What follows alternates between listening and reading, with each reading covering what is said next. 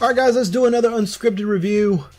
Today I thought I would talk about another game very much in the same vein as Myst, actually.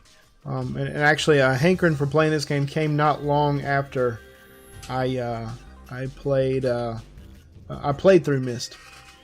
And that game is Burn Cycle. You read the title. You know what... Why do we do that? Why do we... Anyway, doesn't matter. Maybe I'll do a coffee time about that.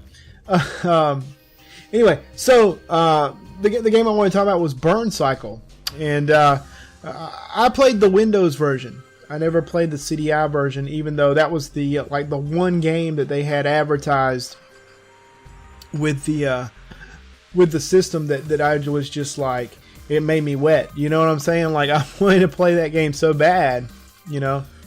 And then a couple years later, a couple years after the CDI had come out, they started releasing some of the games for PC and Windows and DOS and all kinds of good stuff. Yeah, basically it's an adventure game, and it uses a lot of full motion video, which is what it is. And for the time, honestly, and at the time, I found it to be it looked great to me. I thought it was okay. But of course, you know, 1995, I was what, 13 maybe? So, you know, anyway, I was interested in the game, and I thought it was a cool, looked to be cool. And I liked Myst, and I like games like that, so it was very much in the vein of stuff that I wanted to play. So, the basic rundown is you play a guy named Sol Cutter. Sol, S-O-L, Cutter, last name, who is a data thief. And it's very much in the vein of like Johnny Mnemonic, you know, the guy jacks into these computer system, plugs up, and he downloads the data files, and then he transfers them into a buyer of some description, and then that's it, you know, he gets paid. And anyway, so you're a cutter, and you go and steal this information from, gosh, Telecorp? Something like that. And you steal the data information, but in the process of stealing said data, you have uncovered the fact that there's also a virus, and you have downloaded the virus into your brain. So what then happens is the game gives you a real-time time limit of 2 hours. And let's do real-time in quotes, because I don't know, it's not exactly real-time. The clock, you have 2 hours to beat the game, but you can't just, you know, you don't have to sit in one sitting and do it. The game does allow you to save and come back and try over and over and over again. But anyway, so you've downloaded this virus. You got to get out of the building. You leave, and in the process, your partner gets killed. And from that point on, it's like this quest to find a antidote for the virus, to get rid of the virus. And just like any other game of its type, there is puzzles and little let's say mini games. Really, there's only like one mini game along the way, to kind of allow you to do something more than just watch a movie, because that's really what this is. This is an interactive short film, and I guess that's the point of the CDI, honestly, is to have these movie-like experiences that you could play a role in. And then, I mean, I think this game accomplishes that to a degree. So you play as Cutter, you go and you've got to find the antidote along the way. You do, like I said, you do some puzzles, you do some mini games, or at least a mini game. You run into different characters, supporting characters that help you along the way. Now, you find, I think the game does an interesting job of painting a cyberpunk, technology dependent future. There's a character that you have to reach out to and help in the game. And well, let's first, you go and you talk to him, and he says, I need something different. I don't need money. I don't need credits. I need you to find me something else. All those things that move your body through time and space. And there is your dweeby, 100% totally synthesized, fully transcendental, biocontrolled electronic rush. We're talking beyond the flesh. We're talking beyond electrons. We're talking beyond silicon. This is 100,000 times stronger than any rush you're going to get through motion. So then you go play a game of Psychic Roulette. And in Psychic Roulette, you have to basically connect the dots. The way the game is done, it's weird, but it bombards you with these symbols, right? And you've got to click to choose the symbol. When you've chosen the symbol, if they make a straight line, you can connect the dots. Basically, the point is to make a triangle out of the symbols. You make the triangle, you win. If you make the triangle first, you win. And then you get to go back to the bar and claim a prize. And this part always, like, every time I play it, the first time I play through it, the first time I try to get the right thing for him, I always mess up. And I always pick the wrong thing and have to go all the way back and play Psychic Roulette. I have to go all the way back and play Psychic Roulette again. And maybe even again. Sometimes it takes me 2 or 3 times because I'll remember something later in the game and there's an item on there that looks like the same thing. And it's not at all. And you know, so I end up getting the wrong thing, have to go back, and he has to send me back. I guess one of the interesting things I found about the game is this notion of the televerse. It's very much almost like the Matrix in that these people stay jacked into it all the time. And they are addicted to the high of the information flooding your mind, you know. Which is cool, I guess. You know, it's an interesting take on a future, on a world, and on a world like that, you know, and really very much in a world similar to the one we live in, where information is really probably some of the most, if not the most valuable commodity available. So you meet up the guy, you work your way through, you get back to your place, you know, like I said, you do these mini games and puzzles, and the mini game is kind of the Psychic Roulette, but the puzzles, there's different types of puzzles. There's and they vary, right, in difficulty. Most of them are pretty easy. At least at first they are. The first couple of little puzzles you have to do are simple, and then they get a little tricky. There's one where you've got to, you've burnt out the modulator on your car, your hover car, and you have to retrace the laser signal to power the system back up, but you've got to bounce it off all these things and hit all 4 spots, and you've got to put little there's like little reflective circles that you stick in there, and it bounces and it's tricky as all get out, because you only get so many tries before you have to start over. And that was fun, you know, but you get it, and you know, and inevitably it's one of those things, like I said, you know, the game is really forgiving in that, and I guess it's because it is a movie experience, it does want you to finish it, and it lends itself to allowing you to do that. So it'll pretty much let you try over and over and over again, and it's pretty kind when it comes to that. There is one much later on in the game where you've gone into the televerse and trying to... the burn cycle virus is basically eating your brain away, right? And you try to go into the televerse to reassemble the parts of your brain that have been or the parts of your mind that have been fragmented, right?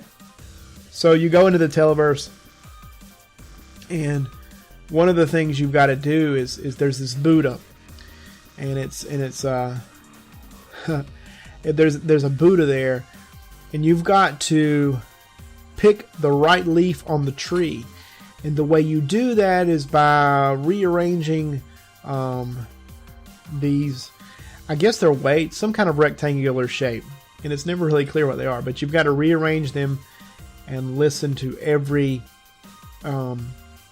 sound bite that goes with it, and what they are. They're quotes from characters from the game, and quotes from Cutter's past, and you know, all this, and you keep listening until you find the right leaf, basically. I remember as a kid, especially as a kid, that I did that one over and over and over and over, and it took forever to finally get it to work. And I honestly think I did it by a complete and total accident. I think I just stumbled across the right one to click completely by accident. I don't think it was ever. I don't think the first time I did it was ever intentional. But you know, I can't remember for sure.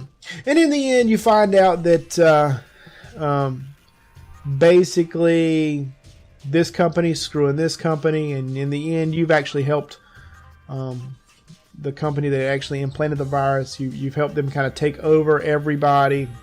And a corporation has taken over basically everything now, and you've helped them out. But in the process, you've had to basically go into a different body because the bad guys have killed or destroyed your real body. So your mind that is in the Televerse has to be implanted into a new body. So you get a woman's body. And I don't know. I guess that was an interesting take at the time. I guess we could have a whole social commentary about what that could imply or could not imply. But, anyway, all that to say, Burn Cycle itself was a lot of fun. It's a point and click adventure game, like I said, very much in the vein of Myst in terms of the play style. You've got a little bit of an inventory of things you pick up along the way, but nothing you really keep for very long. I mean, anything you find is usually something that is going to be used almost immediately later. With the exception of a few things, those things really being the prizes at the psychic roulette. You know, if you screw up and get the wrong prize, you're kind of stuck carrying that until you finish the game. When I went back and played it before, when I was a kid and played it, it took a while to work my way through it because the puzzles were tricky, and I really anticipated the same kind of laborious endeavor. But when I went back to play it, it didn't take me. I think I did it over the course of an afternoon, sitting here. Oh, it was a Saturday, and it's not as difficult. I also remember the visuals being a lot more striking to me when I was a kid, and now they just really don't hold up. Part of that is because of the grainy look of full motion video, the really crappy fidelity. It just looks terrible. And you watch something that's that low fidelity on something that is as sharp as modern monitors, it doesn't hold up and it doesn't translate well. So it looks funky. Now to play this game is a tricky son of a bitch. To try to play it on modern systems. It would have been nice had. If you want to try to emulate like a Philips CDI system, best of luck to you. To my knowledge, there's no reliable way to do that. If you happen to have it on Philips CDI, have at it. If you can get a hold of it and play it, great. The only other way I knew was to play a Windows version because all the other ports that were supposed to exist at some point were canceled, but it was supposed to be released for PlayStation, I believe Sega Saturn as well, and it got tanked. The idea got dumped, but that is what it is. The Windows version will not play on modern systems because it's a 16-bit program, and it won't play on the modern processors won't run it. So what you've got to basically do, there's a workaround where you basically trick the computer into running Windows 3.1 and then running the game inside of Windows 3.1. Now you can do that all into a batch file that launches on both at the same time, so it launches one within the other, and it's a tricky thing. But like I said, I was kind of feeling a little bit of desperation, really wanting to play it. So I did it. I got worked around and I spent more time setting it up to play it than I did actually playing through the whole game, and that's a fact. So, would I recommend it? I probably wouldn't. Not to anybody that was just a casual gamer interested in playing the game. No. You would have to be pretty much a diehard fan of cyberpunk type games, and I don't know of any cyberpunk fans in my circle of friends that really would want to, or felt like it was worth it to go out of their way to play this game. In the end, it's really not worth it now, and part of that's because of the crappiness of full motion video. So yeah, I don't know. It wasn't a terrible game, and it certainly wasn't then. It certainly has a place in the annals of gaming history, but is it a critically acclaimed success? Nah, not at all. But I will mention that the soundtrack is really cool, and it actually comes with the game. So if you grab yourself a copy, and I picked a copy up for the PC that was, I mean, it was cheap. Granted, I can't play the game, but it was worth the money to just play to have the soundtrack. So anyway, all that to say, I loved the game when I was a kid. Today, I would not say I love it. I wouldn't say I hate it. It's a game, and it's fun to play, sort of, to the right kind of person. This is probably the worst and vaguest way to address a game, but that's that. I mean, anyway, that's it. Please remember to rate, comment, subscribe as always. Thanks for watching.